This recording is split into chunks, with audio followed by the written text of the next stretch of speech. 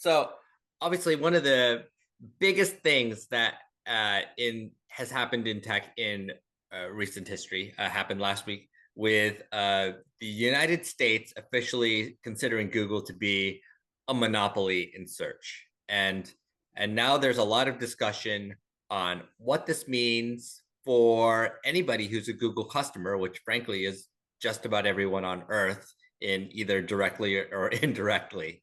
CIOs are no exception.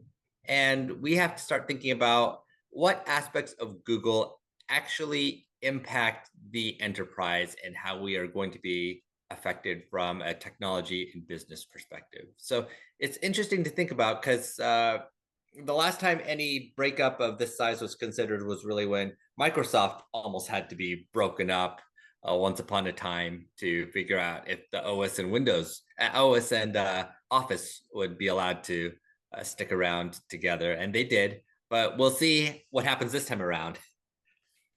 So I think there's a whole bunch of different perspectives that we have to look at this from. The first is I think that most, particularly when it comes to tech, most of the antitrust laws, particularly those in the US, are just completely antiquated and ill-equipped to really address the situation. Google has unquestionable dominance in search today, but they are not a monopoly in the way that antitrust was originally designed to address, right? Where they were artificially sort of creating this environment. Now they did the finding here was they acted illegally, and I don't think the actual U.S. District Court judge's ruling specifically called out the Apple relationship, but the Apple relationship and others like it with Samsung and others are really the core of it, because the idea there is by paying them this massive amount of money, it becomes the default search engine, and therefore people use it. But all that really speaks to the fact that we as consumers are lemmings. It's because, I mean, just because Apple set the default search engine to Google doesn't mean we are in fact captive. I have been off of Google search. I've been using DuckDuckGo for a long time. There are many other forms out there. And so I think that there's some misguidedness to this. But what is the relevance from my perspective if you're a CIO? I think the greatest relevance is that Google search dominance, so I'm not going to call it a monopoly, but their search dominance has been the fuel that funded their experimentation in all of these other areas. And you've talked in the past about how they will abandon them very quickly because they sort of don't care, and that's a problem. But one of the ways is their very large investments in their cloud offering that competes with Microsoft and Amazon. And I would argue that we need them, interestingly enough, to compete with Microsoft and Amazon. We need that third major player. And I would argue that their search dominance has helped subsidize that and help them be competitive and to play. And I actually think this could, in fact, be a negative thing for if you put on the CIO lens, because it could, in fact, negatively impact their ability to compete, depending on which way this goes. So I get the concern about monopolistic actions, and I think probably, removing some of that as it relates to the Apple relationship, and so it's probably a good thing. But I think we need to.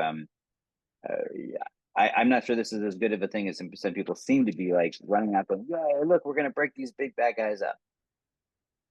Yeah, I'm torn about it because I do think Google is a monopoly in search, and I do think there's room for some sort of competition in the search world. Perplexity is starting to show that there is room to actually improve search at a time when Google search itself is not doing so hot, frankly. When you do a typical Google search, you first get this kind of generative AI mess, and then you get about 5 sponsored ads, and then you finally get to your actual search. And Google could be pushed to do a little better in that regard. But at the same time, when they're working with their third party partners, often a lot of that garbage is taken away to actually get to the search result that you're looking for, which the likes of Apple and Samsung and everybody else are happy to pay for.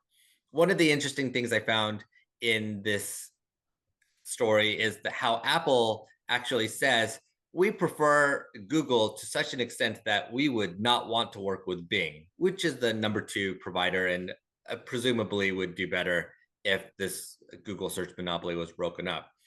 But it seems like Apple actually pays Google a lot of money to do something that they would do anyways. And you would think that Google would want to use that and perhaps say, well, then why do we have to pay you whatever it is, X billion dollars a year to be the preferred search provider when Apple doesn't seem to really want to work with anybody else anyways or build their own search engine? Well, first of all, I'm not sure. So two comments. You mentioned perplexity. I think the perplexity thing is, again, sort of makes my point that there is plenty of competition. Perplexity also made news. It's funny we didn't happen to capture this, but they also made news that they have announced a pivot where they're focusing more on an advertising-driven model versus a subscription-based model. Mhm. That's clearly a shot across the bow saying we're coming after you, Google, and we're going Yeah. to take the same approach. But I think, going to the Apple side of it, and so you're referring to an article that you sent over from Ars Technica, and the part that I thought was interesting, I sort of see Apple's. I mean, I'm a big Apple fan, and if you've been listening, you know that I'm an Apple all through and through. But Apple's still a very savvy company, and I think there's some posturing going on here. They get a boatload of money. I forgot what the 20, 40 billion dollars. It's just a Mhm. staggering amount of money just for flipping this switch and saying Google's the default. So I think some of those statements are posturing, trying to protect that revenue stream.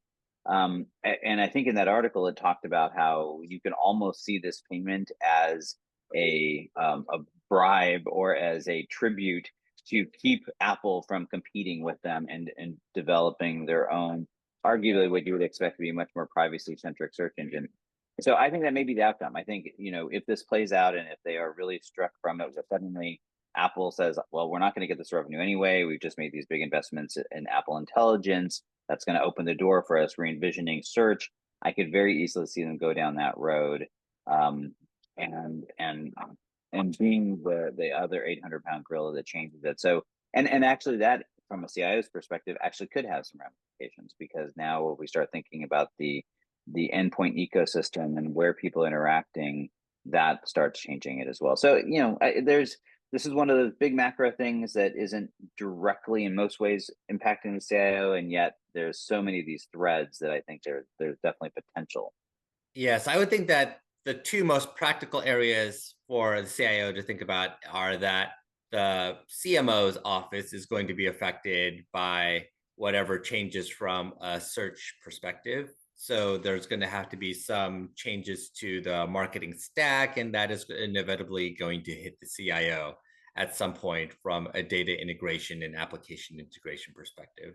That is just a very tactical aspect.